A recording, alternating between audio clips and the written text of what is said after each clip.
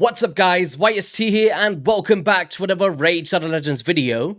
And today, we're going to be checking out the free daily login legendary in Rathalos Blademaster from the Monster Hunter collaboration. And let me just tell you this right now, this guy deals some monster damage. You talk about the Demon Lord clan boss, the Hydra Boss, or whatever that may be.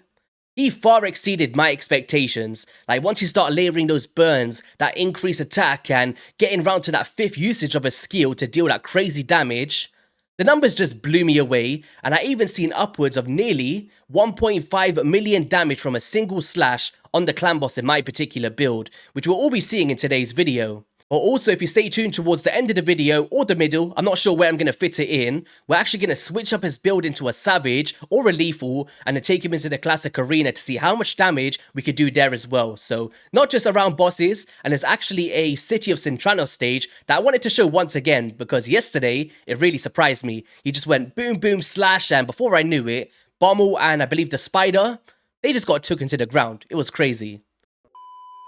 So here he is guys, the Rathalos Blademaster in his full glory, and I love the aesthetics on this dude. It actually reminds me of Yoshimitsu from Tekken, and I'm actually looking forward to getting Tekken 8 once that gets released as well. Let me know in the comment section below, any Tekken fans out there, or what's your favourite character from that franchise? But the most important thing is, what does this guy actually do, and why does he deal so much damage? So to start off here with the Spirit Thrust, he attacks one enemy and has a 50% chance of placing a 60% decreased defense debuff for 2 turns. But if that target is a boss, this debuff cannot be resisted, meaning that it does not need accuracy to place this debuff. Now this can be very powerful for many players out there. Think about the Demon Lord once again, or some of those Doom Tower bosses, and you might be struggling to get to those accuracy thresholds.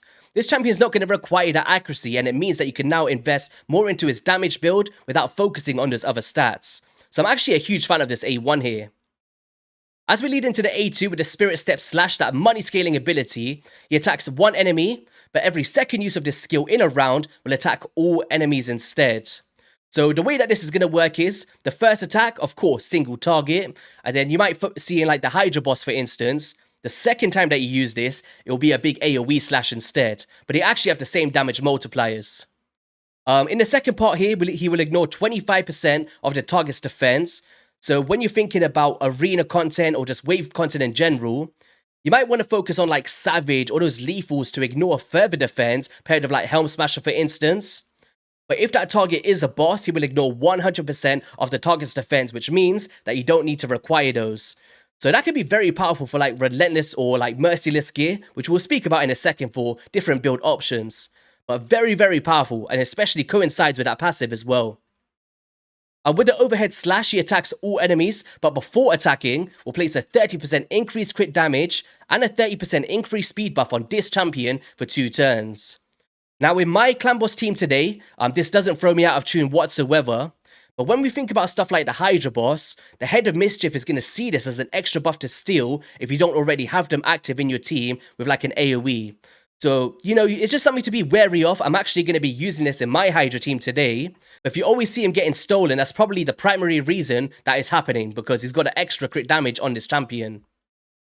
On the Rathalos Mastery, he inflicts 50% more damage against targets under HP burn debuffs, but will also receive 25% less damage from enemies under those burns.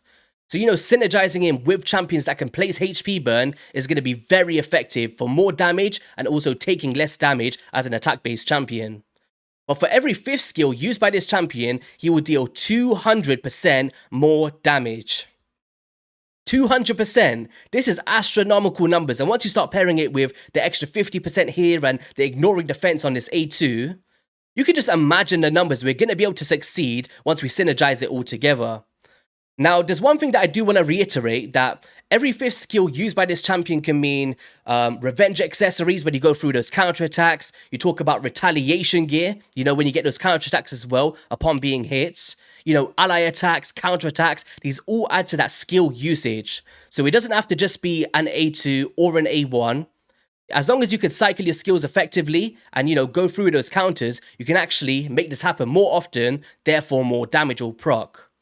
So in an essence, like when you talk about Reflex versus Relentless, Reflex is more about, trying to get one skill out more consistently, like an ally attack or this A2 for instance. But I would actually lean towards more Relentless because it's more about skill usage and you want to take more turns to proc that as much as possible. So that's the ways that I'm going to be doing looking forward.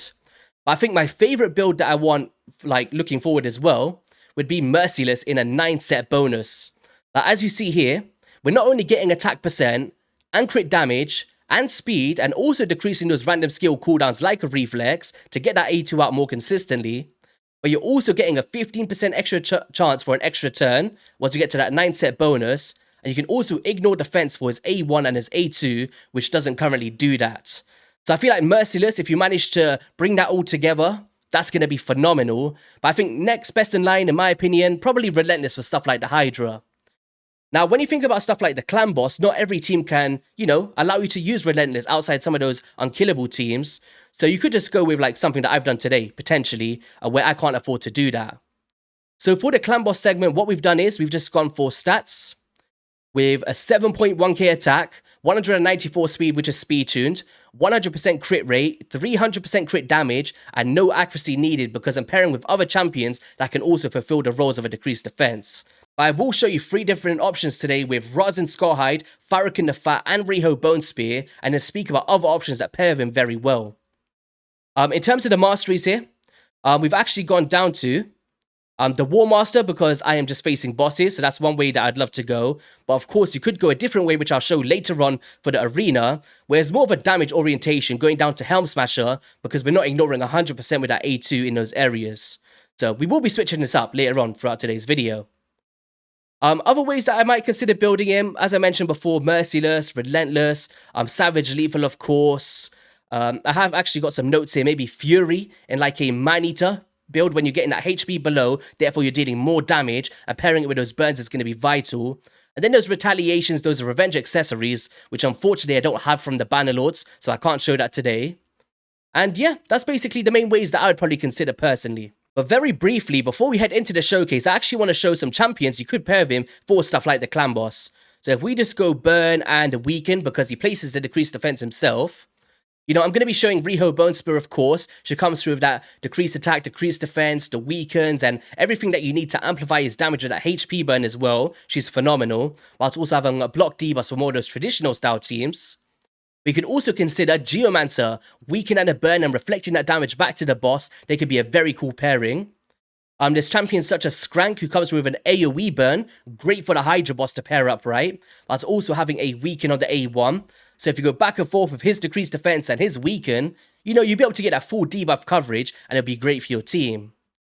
In terms of other champions that I don't have, of course, there's ones like, the Skinwalker.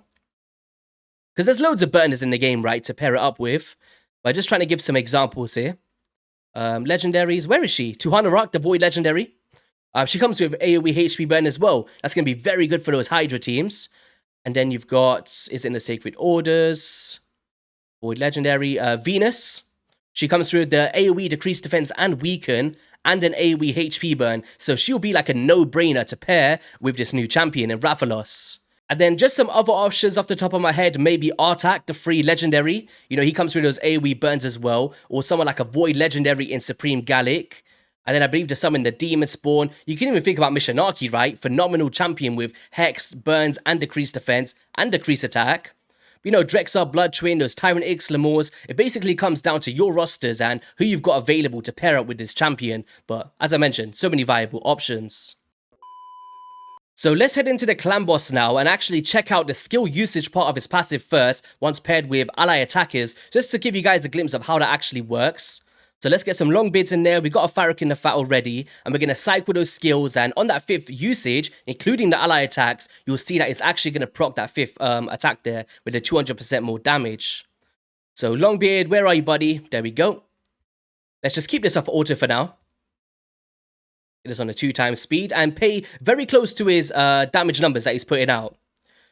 So first one, couldn't quite catch it there, but we see on the second one. Second one was 129,000 damage. We've got decreased defense active. Might do a little bit more damage now with the increased crit damage, but 123. And I'm going to do it A1 again. So that's 4 in total, right? So it doesn't have to actually be him cycling the skills himself. You can actually bring in these other champions with those counterattacks, retaliation gear, revenge, or whatever that may be, to kind of proc those usages. So let's not put the burns on now. We don't want to amplify the damage from that. And now what we're going to do is do the A1 again. And boom, 421,000 damage. Far exceeded what we've seen from those first 4 attacks, right? So you can, in fact, use this to your advantage to get the most damage possible. So throughout this first run, we was actually facing the Magic Affinity, and we brought in a Riho Bone Spear who places Decreased Defense, Weaken, and Burns, so we don't have to worry about him cycling that A1 effectively to keep that debuff active. And you're going to see upwards of 1.5 million damage coming out from that 5th usage of the passive skill once we use that A2. The A3 actually does around 1.1 million from what I've seen in the past, and then 1.5 million once we manage to get that single target A2 onto the boss. Towards the end, once we see the damage numbers, I will show you with Rods and Scarhide for players that don't have a luxury of a burn champion that can place Weaken. And then I'll also show you with Fyrick in the fight against the wrong affinity, still dealing some crazy damage. And remember, we've got no retaliation in here, no counterattacks, no ally attacks, so we're just doing it raw damage. So the numbers that you could see on your account, once you optimize it, could far exceed what you're seeing today. So just a bit of a glimpse. So I'll let you guys enjoy the rest of this run. I'll come back to you towards the end to see those damage numbers. Let's get into it.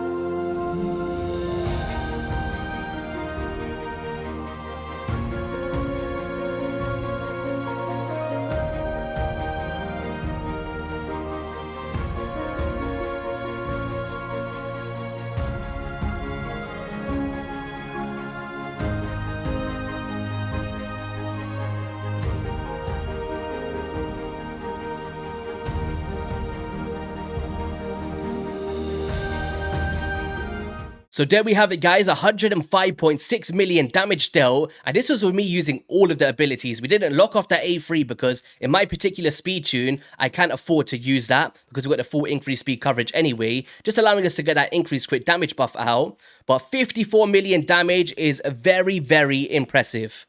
Very impressive. Riho Bone Spear not doing a crazy amount of damage. She's there just to place those debuffs, but overall 100 million key, can't go wrong with it.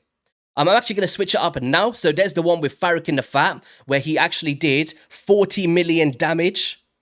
Pretty sweet, right? And this was against the wrong affinity for Farrakhan, so he wasn't placing those burn debuffs, and we still almost exceeded 100 million without a weaken in the team. Remember that. This is just decreased defense, using those ally attacks to our advantage, and getting those extra skill usages out. And then last but not least, let's just bring it up. This was the Razin Scarhide key. So we managed to reach 100 million and nearly 40 million on Rathalos Blademaster. But we got more damage from someone like a Razin being pretty well built as a defensive-based nuker here. So overall, you know, close to 100 million damage on the other two keys and the 105 on the first key. Can't go wrong using Rathalos in the Demon Lord Clan Boss. Okay then, so I've actually decided to put the classic arena part in the middle of the video to split up the Hydra and the Demon Lord, but we've got him in a savage build now, and we're going at 6.6k attack, 290% crit damage, so pretty decent in terms of damage output, and you know, 183 speed, so we can at least take a turn. But in terms of the Hydra boss, when I go into lethal, I'm probably going to be sitting around 210, 220 speed or so. We'll see how it goes. And the Masteries, we've switched them up into the Helm Smasher because now that we're facing enemies, not bosses, we're now going to have to ignore some further defense with that Helm Smasher, right? So hopefully this plays to our advantage. And let's go see what he can do, right? Let's go see what he can do. So let's go in with a team like this first, just so I can showcase the skill usage of the A2 because we're going to reset it. So let's just go boom. We're going to sleep them. We're getting extra damage from Opportunists as well from the Masteries. And now, let's just use the first one first. Let's take out the Seal of the Drakes, maybe? There we go, 88,000 damage. But it is really hard trying to bring in AoE burns, increase attack, and also getting the damage of Rathalos in there, and whatever that may be in these four champions. So it could be a bit of a task trying to optimize it with that passive. But if you can, of course, you might see some better numbers coming out here. I don't really have any burners that I would want to use. Maybe Skrank could be a good option, but he's very, very squishy. Very squishy. Okay, so now we've reset it, so this one should be an AoE now. There we go. Slash him down, 101,000 on that Drexar Blood Twin. Pretty sweet to see, right? But I do want to open up with that increased crit damage and then lead into that one as well. So let's try another one. Let's try this team. Speed this up a little bit. Oh, we outsped us there. All right, let's reset him. That's fine. Oh no, he's down. He is down. Let's take all their stuff off. Get him back. Hopefully he doesn't get frozen. He got frozen. Damn it. He got frozen. Okay, let's get this on you. Then we can get the block debuffs. We'll cycle it. We will cycle it. Man, so much freeze. Got me posed like a mannequin. Raidzilla. A1s. Man, we got a lot of time to reset all of this now. We could just boost into battle. Let's just do it. Who cares? Let's reset them again. We don't want them to take a turn. Let's go boom. Nice. Okay, we're going to open up with that A3 this time. Okay, let's put it up. We want that Opportunist boost as well. And here we go. A3, what are you doing, buddy? And boom. Almost a one-shot. Well, it was a one-shot. It was a one-shot of that team there. Not crazy tanky. But boom, there we go. Nice. So we managed to take them down. Any more tanky teams here? This one looks pretty tanky, maybe. We're a bit low into Classic Arena, so... probably, maybe this team, right? There's Necrots in there and stuff. Let's see if we can take him out. Could be fun. It's not somebody that I would be using in Arena, to be fair. But I know that in the free-to-play, he's going to be all I'm using. So maybe I'll do a part 2 showcase from the free-to-play once we build him up a little bit. All right, so let's open up with this one again. Nice! Look at that damage. Look at that damage. But just remember how much damage we got put into his build, right? All right, let's go with the Spirit Step Slash. Boom! But we was under ally protection, so we managed to kill the Necrot through that protection, right? Alright, let's see what he wants to do now. Nice, A1, 85,000 damage. So you can see that if you're progressing in the Classic Arena and this is someone that you don't really have any other nukers out there, he could be a very viable option to put into these teams. But for me personally, I want to use him as a boss killer. So that's kind of where I'm going to be focusing. In the city of Sintranos, there was a stage I was doing yesterday. It was this one here. And I was just like, oh, let me just put this in. It'll be fun, right? You know, I'll tell you what, it blew me away. I wasn't actually timing the skills. I forgot about the passive and stuff, right? So let's just get a heal on. Got 8 ones. Bomber's going to probably put a bunch of stuff on. It's fine. So let's just go with... Oh, no. Let's go with the AoE first. Took them down. Pretty sweet. Don't strip us all off. Oh, he took it all off. Damn it. Damn you, Bommel. It's fine. Go with AoE nuke. That's cool. I don't think we've got any burners for this one, though. I might have done. So that was the first skill. Now, second skill, we could just go with this one. 134,000 damage on that one. But it was the AoE. I did an AoE with the 5th usage of the skill, and it was bonkers. Absolutely bonkers. There's the true fizz. Take him down a little bit more. I'm scared of those dread bombs, if I'm honest. Let's go A1 again.